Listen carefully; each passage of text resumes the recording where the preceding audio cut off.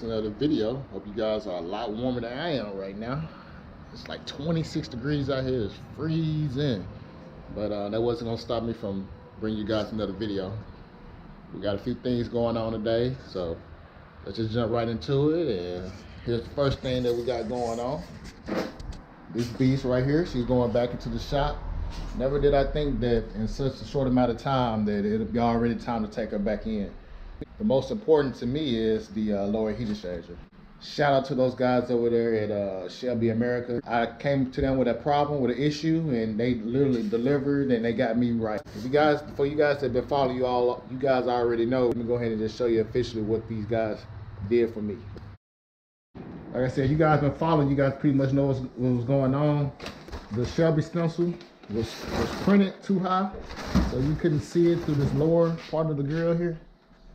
And I'm gonna show you the before and after. Here's the new baby right here. Let's go ahead. All right, you can already see night and day difference. Okay, you see how the stencil here is printed towards the bottom of the heat exchanger, and then check this one out. Let me get my phone out. This one was printed way up there. Can you guys see that? It was printed way up there at the top, so there was no way you was gonna ever be able to see that through the bottom of the grill. She's stepping back, and then when you stand up, you can't see that. But with this one, you'll be able to see it perfectly. So that was one problem that I wanted to go ahead and get fixed.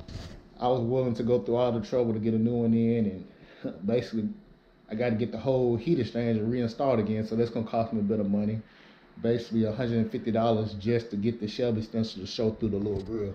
But I feel like it's worth it because I'm one of those type of guys that I kind of want what I want, and it's kind of hard for me to settle. I'll never be happy if I don't. But switching topics, I did get the Nittos installed, and man, what a night and day difference. I did go with the Nitto G2s, 375 40 19s on the front. You guys probably can't see as well, but I mean the traction, dude, it is nice, and they are a beefy tire. They really are. In the rears, I went with the Nitto 555Rs, 305 35 20. They're nice. It's night and day different. The ride quality is 100% better, and I really haven't got to play with it yet, but I can't wait to get it out today, even though it's cold. Matter of fact, the day that I got it installed, it was cold, and I kid you not, I didn't have to warm the tires up. Literally just dropped in the car, and they hooked. Night and day difference over the Goodyear Eagle F1, whatever you call those things. They suck. The spin years is what we're gonna call them. I did go with a Kooks H pipe to get that more deeper tone, and then I went with the Magnaflow competition series exhaust down there. Yeah, let's open these bad boys up. Let you guys check them out. I did go with their blacked out mufflers. I think it'll look pretty good on the Shelby since I do have a lot of black going on here. There we go. Okay, shout out Magnaflow for packaging the exhaust well.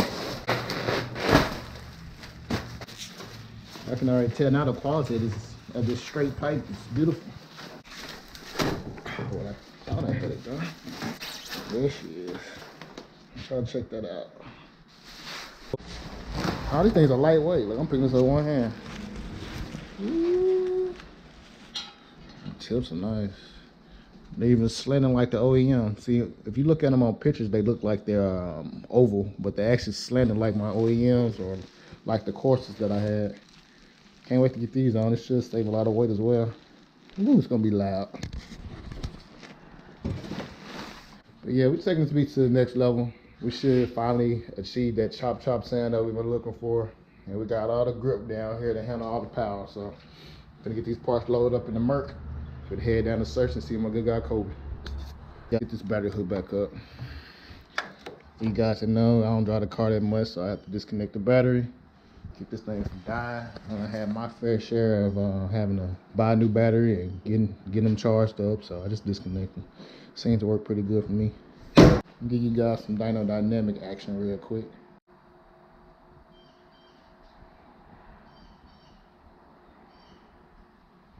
I think it looks real good. Look at that blue though. Yeah. There we go. That's more like it. I definitely got to do something about this, bro. I shouldn't get anxiety every time I start my car.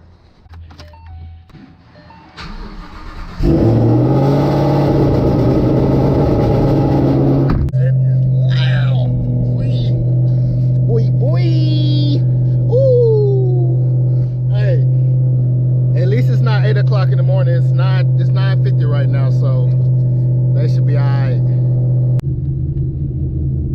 Let's get out of here before we get a ticket or something. Giving it a little gas, warm her on up before we just lay into her. So I'm eager to test out these new tires and see how they can hold up, even in this 30-degree weather. You know, the temperature done went to 30. It's 32 now. So I was really shocked that these things hooked as well as they did last weekend. I can only imagine once it gets into the 60s, 65s, how stickier these needles will become. I had to show out for the construction work that was looking over there. But anyways, though, they say the drone from the Magnaflow, I guess this is a straight pipe, should be a no-brainer. There will be some crazy drone, but since this is not my day to drive, I'm not too worried about it. That's one thing, you know, the benefit of having a daily, you know, and then having your whatever you want to call a race car. You know, you can pretty much go all out. So that's pretty much what I plan to do with this car. No type of limitations. And if you guys on the fence of doing something, just think about it, be smart, and just do it, man, because at the end of the day, life is short not to be happy. You got to do what you want to do, what makes you happy. You know, with my situation here, going all the way back down here to get this heat exchanger installed, basically getting taxed twice just so that the Shelby lettering can show through the lower grill. I mean, to me, it's worth it. You know, I mean, at the end of the day, I want what I want, and I won't be happy until I get there. So hopefully after this, I won't have any more trips to the shop unless it's to go down there and get the motor pulled and get the motor sent out the NPR for the engine build with the 3.6 Kenny Bell. That's my ultimate goal, guys, for you guys that don't know. Make as much horsepower as I can on a 3.6 Kenny Bell on the build motor through NPR. That's the ultimate goal for this beast. But it's baby steps, you know, but eventually we'll get there.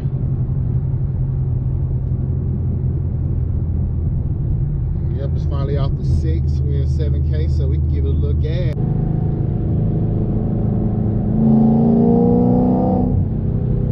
They don't want to play with me out here.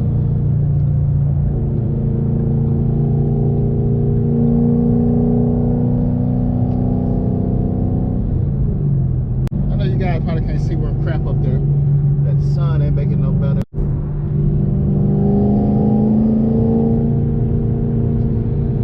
Third gear pull and see how well these tires hook up in 32-degree weather. I think I'm asking for a death wish, but we're gonna try it anyways. I done did pulls like this in the good years. It's only right to do it in these. Let's see.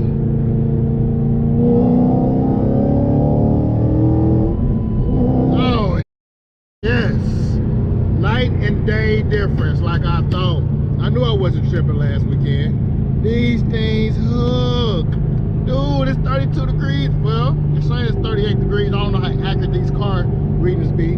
But dude, 38 degrees and these drag radials are hooking, bro. This is crazy. Spin years on here, literally it felt like I was gonna go into the wall every time. It would spin and go towards the right side. The Mustang, for some reason, every time you step on it or something like that, you lose control, or the back end gets loose on you, it spins and it goes to the right.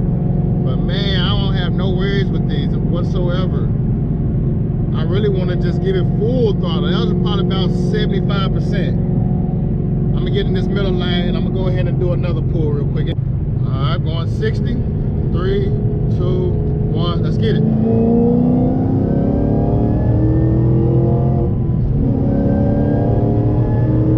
Man, this thing moves. This thing moves. No traction issues whatsoever. Oh my gosh. Dude, that's all I had to do this whole time was put some good meat on here, some good rubber, and this thing hooks. This car is 10 times funner to drive now. Like, wow. And they say that the NT05s are even stickier drag radial than it'll offer. This is not even their most aggressive drag radial. Man. I think that drag rate will be better for when you're doing digs, like crazy digs, high RPM digs. Because I heard the NT500, they will still spin in first and second and dig. Those digs, man, you putting yourself in positions to, especially when you're getting in high horsepower like this, putting yourself in positions to break stuff. And I'm not made out of money, so I'm going to be smart.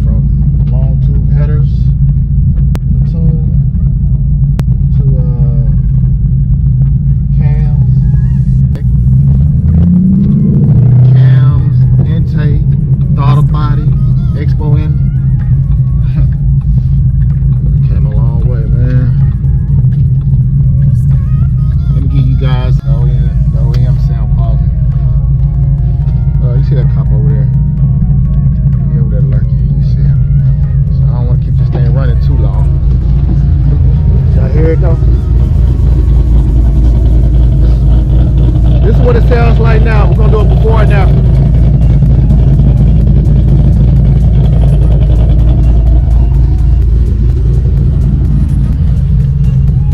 I don't know how that police are out here, so I'm watching him.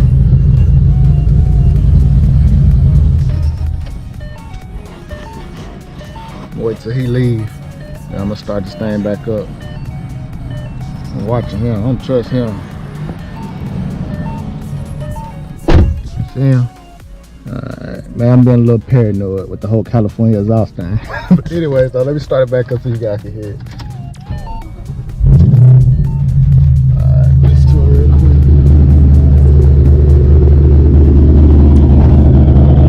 So it sounds good, right? It sounds good. But I did it a little bit louder. So that's why we're here now.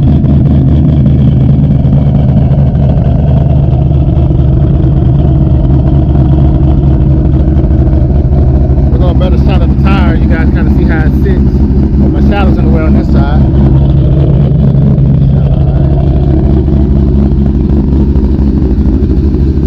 The sun's not really hitting it right, but I mean, they beefy. They're definitely beefy.